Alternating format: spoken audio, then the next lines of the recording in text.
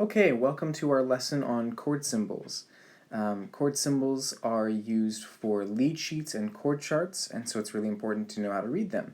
They are slightly different than just reading as we would in music theory and with Roman numerals, if you're familiar with those. If you're not, that's okay. So I want to just go through using G as an example. We'll go through a lot of chords based on G, and then you could apply those to really any chord in any key. First of all, why do we use chord symbols? For one, it's a shorthand, it's faster in some ways than reading sheet music, and then it also allows more freedom for the performer. It's more of a sketch than a completed painting, and so based on chord symbols, there's a lot of freedom that you can do. So before we get into that, we're going to talk about scale degrees. So scale degrees are very important for chord symbols, and you'll understand why in just a second. Scale degrees, quite simply, are numberings of the notes in the scale. So here's a G scale. So in the G scale, the G would be number 1, and then 2, 3, 4, 5, 6, 7, and this could be 8, or you could call it 1 because it's a G again, so it loops back. So it could be 8 or 1. And now it's important to note that you could go on and say an A is either a 9 or a 2, and so this keeps going on, either redoing these numbers over here or renumbering 9, 10, 11, 12, 13. About there is about as far as we go, and then you're kind of done. Okay, the reason the sharp is here is because you have an F sharp in the key of G. Sometimes we'll use that sharp, and sometimes we will alter it, and we'll get into that in a little bit more detail on the next page. Okay, so we're diving in now to chord symbols, and like I said, we're going to use G as an example. And you could really do this for any, but G just seems like an easy place to start. So in the key of G, or using a G chord symbol to start out with, what we would do is we would say this is G, and we want to make a G major chord off of that, because if it has just the letter and nothing else, then it implies a major chord. So we're done here, and what that sounds like is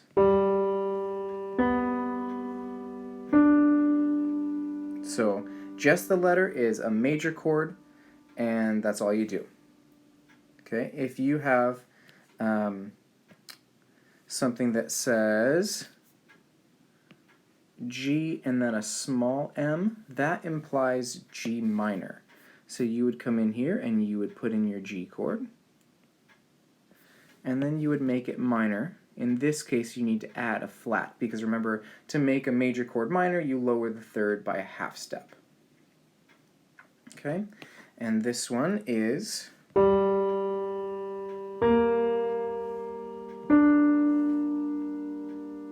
Alright, so that's the basics, and I think that's kind of review for everyone.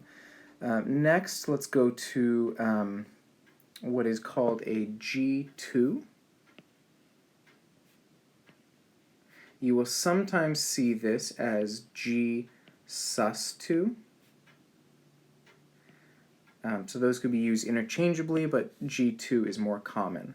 And so that is where you use a 2 instead of a 3. So here's the 1 of the G chord, and instead of the 3, we're going to put it on 2, and then we have the 5 like normal. So compare that to the G chord. So the G has a third here. This one has a 2 instead of 3. All right, and that one sounds like this. All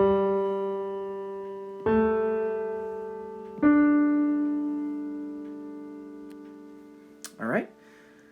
Next we have the G add 2, and this is very similar, but there's a distinction here.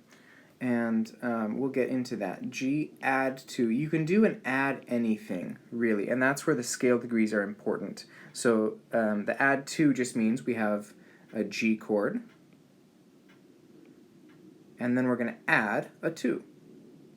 So the difference between the add 2 and the G2 is the G2 substitutes 2 for 3, and the add 2 adds the 2 to a major chord.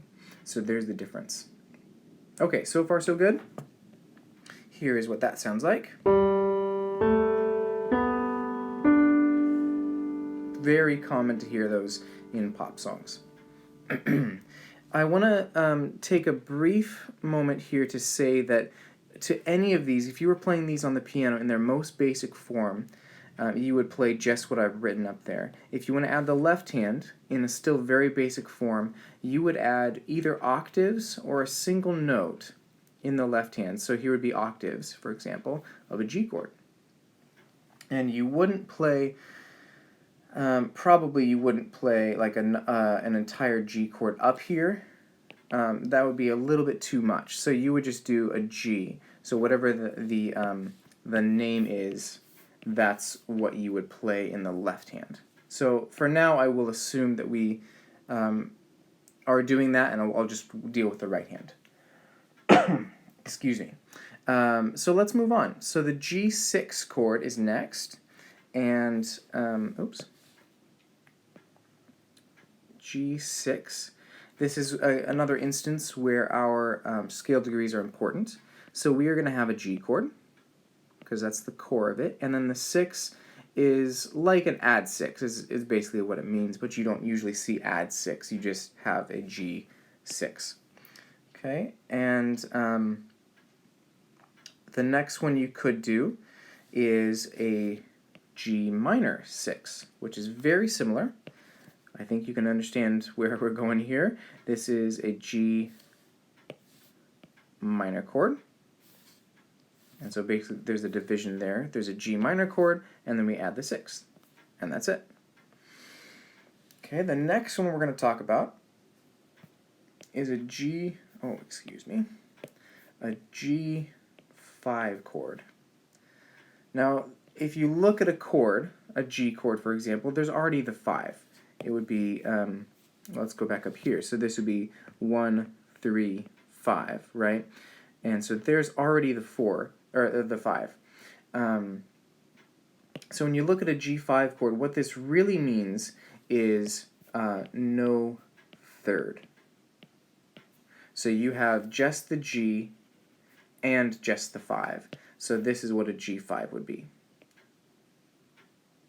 And so it's just an open 5th, and that's it. The next one we have is a G sus chord, or sometimes you'll see it G sus 4, but just the sus itself implies 4 in chord symbols. And so what that looks like is a G, and instead of 3, we're going to go to 4, and then we have the 5.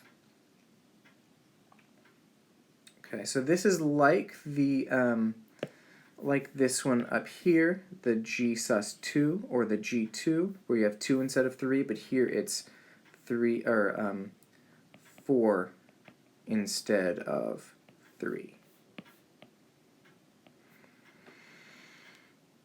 Okay, let's listen to all of those. So the G6 chord sounds like this.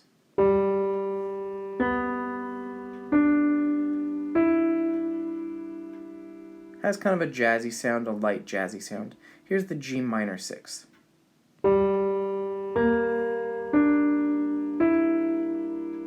It's also a cool sound. Here's the G5. It's very common in chord charts where guitar is featured prominently, because bar chords on a guitar, if you know anything about those, generally have no third, and so that's an instance where you might see 5 chords being used. All right, the G sus or the G sus 4. It's interesting to note that the G sus 4 is often followed by just a G chord. So the 4 usually resolves down to a B. So you have followed by and has a feeling of resolution. Okay, let's move on. Here we're getting into seventh chords, and we haven't talked about these much, so I want to just briefly talk about the idea. Essentially, any chord, let's say a G chord, because we're talking about those, could have a seventh added to that. And so if this is 1, that's 3, that's 5, then the seventh is just the next line up. Or if you're doing spaces on a chord, like an F chord here, then you would just add the next space up, and that's the seventh. Now the question becomes, do we make it sharp, natural, or flat? And there's a lot of theory that goes into that, and it depends on what key you're in, but chord symbols make it pretty easy, and we'll talk about that in just a second. So using this, because we've just got started, this is a G7 chord. And what the G chord is just a basic G chord, so that's all this stuff here.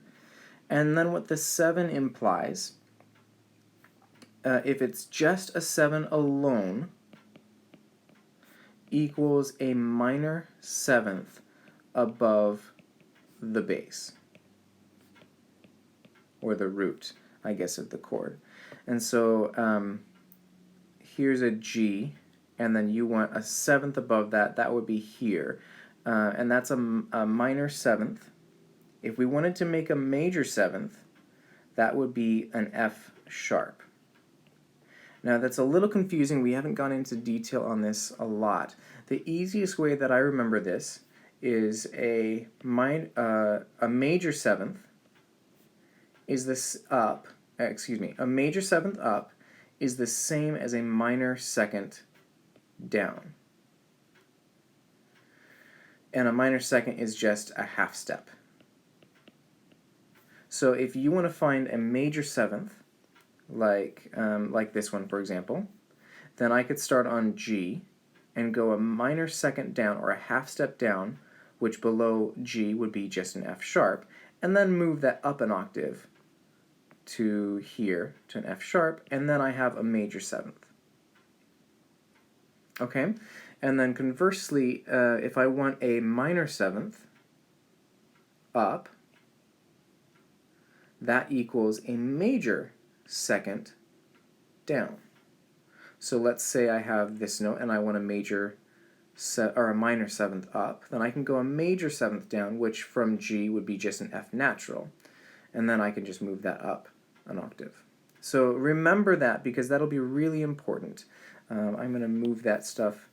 Well, let's get rid of these guys and these guys, and we'll move all of these just down here for us to remember those by and refer to later. Okay, so the G7 has the 7 here implies a minor seventh. So remember that. Let's go on to the next one. We have a G major seventh. Now the division in the symbol here is right here. So we are going to build a G chord, and then we need a major seventh. It's not saying G major and 7, it's saying G and then a major seventh. And so here's the G chord, and then we add the 7th to it. Now we need to make it a major seventh, because that's what it's asking for. So we think from G, what's down a half step, or a minor second, because remember we talked about here, a major seventh is a minor second down. So from G down is an F sharp, so then we need to make this an F sharp up here, and that's our major seventh chord. Okay, next we have a G minor seventh. Now this one's a little tricky, because the division in this one is right here. And So this is asking for a G minor chord. So we'll give it that. And then this 7, a 7 alone, remember we talked about here, a 7 alone means a minor 7th above the bass. So this minor really applies to both. It's saying a G minor chord and a minor 7th. But it's easiest for me to remember that a 7 alone means a minor 7th unless they specify major 7th. So we need a minor 7th above this G. So we're going to go a whole step down, because that's what they ask us to do here, to find a minor 7th. And so that's just an F natural, and we put that up here. Alright, so that's a G minor 7. Now it's going to get a little more complicated, and this is as far as it gets in terms of complexity. So the next one is a G minor 7 flat 5, and sometimes that's put in parentheses. Okay, so this is complicated, but the first part of this is the same as what we just did. So let's go ahead and just build that. In fact, we can just copy paste it here. So there we go. So a G minor 7, and then the flat 5 is the part that we need to do. So remember, this is scale degrees. So this would be 1. Oops. This would be 1, that's 3, that's 5. So we are asked to do a flat 5 here. And so we just need to look at this note, the 5, and it's a D natural right now, which means we need to lower it to a flat. Now, if you were in a different key, let's see, let's say we were in B minor, and we make a B minor 7, which is what this would be. That would be a B minor 7 with an F sharp in there. If we were asked for a flat 5 on this one, this note is sharp. The 5 is sharp. So we don't actually want to flat that, because that would be lowering it 2 degrees. So all we're going to do is get rid of that sharp, and I'll erase it here, and make it natural. And depending on the key signature, we might need to write in a natural sign, or we might just leave it blank. But the idea is that the flat here in flat 5 does not actually mean add a flat. It means lower the 5th note by a half step. If you have any questions about that, definitely ask me. Here, let's play through all of these chords. We're almost done here. The G7 is very common. This is called a dominant 7th chord. Here's what it sounds like.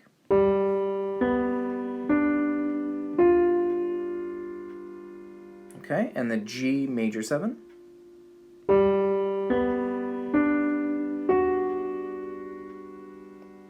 Okay, and the G minor 7. Very common. And the G minor 7 flat 5, not so common.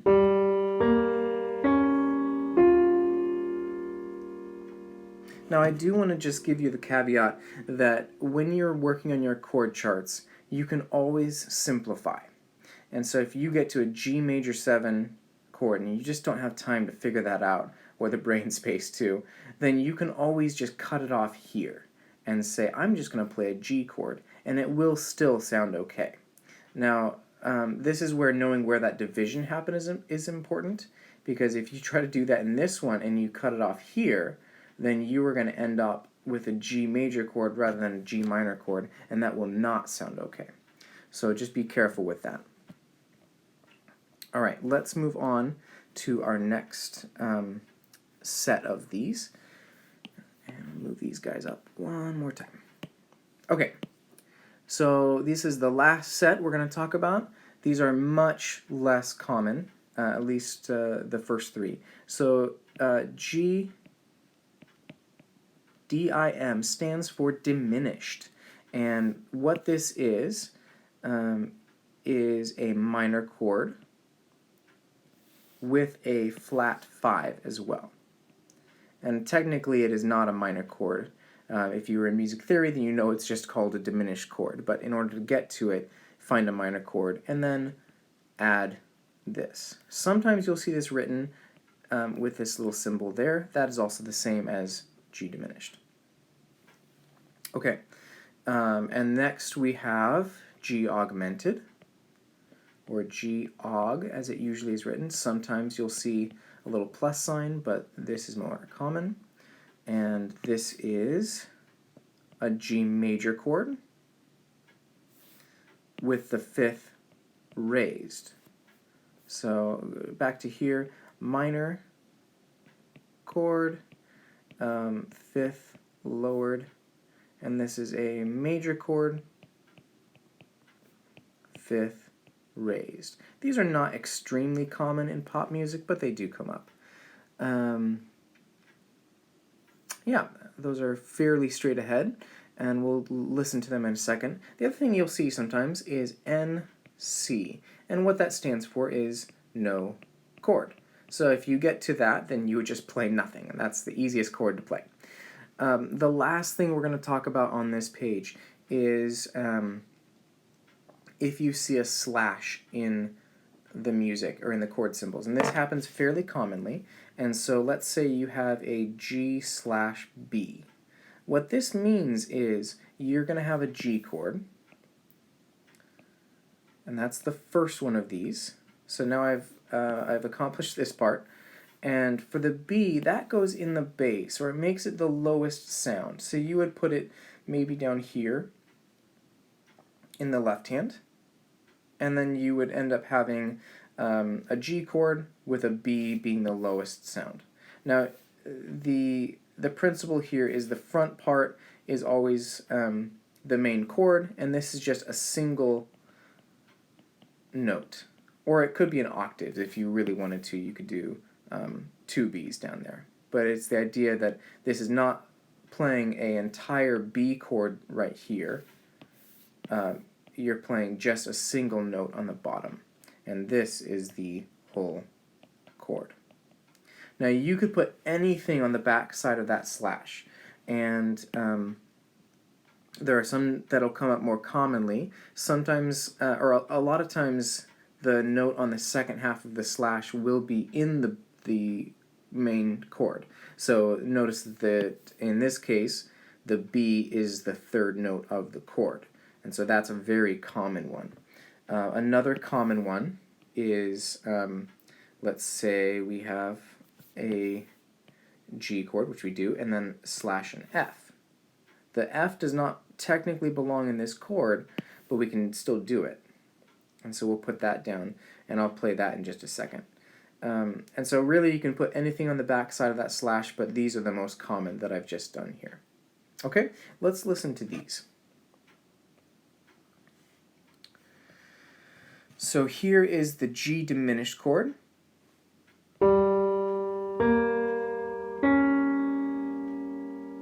Again, not very common. And the augmented chord. A little bit jazzy, and not that common in pop either. No chord is no chord, so I won't play anything there. And then let's see if I can play our G over B. So I'm going to play the G chord first, and then the B in the bottom. So it changes the sound of it a little bit. Really, it's changing the inversion is essentially what it's doing. We'll talk about inversions a little bit next week. And here's the G over F.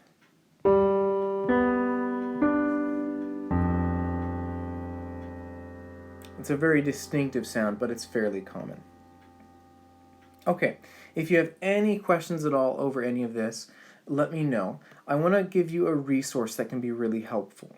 And this is pianochord.org. And let me show this to you. So on pianochord.org, you can look up any chord. So if you are having trouble with D chord, for example, you can click on D. And then it shows you the chord categories. So you could say, I want to look at a D minor 7 and know what that is. So you can click on that. And it'll show you on the keyboard what they look like. what the notes are below, and then even what fingers you might try to play it with in each hand. And then below there is a chance to look at inversions. We haven't gotten there, but if you want to get ahead, then you could also look at those. So this is a great resource for exploring all the chord symbols that we just talked about and knowing what the chord symbols mean. There is a lot of information on here, and even a little bit more depth than we even got into go into. So definitely go explore there, have fun. Test your knowledge, so maybe pick a chord, try to figure out on your own, and then see if you got it right. And also use it to learn some new chords. The second thing that I want to talk about is homework. So I'm going to give you a sheet that you'll find in Foxtail to be turned in by this Friday at 11:59. And you will fill out on the staff, like I just did, all the chords that are indicated. They won't all be in G, but I think you should be able to figure all of them out. You're certainly welcome to use pianochord.org to check your work, but do complete your work first and then go back and check it before you turn it in.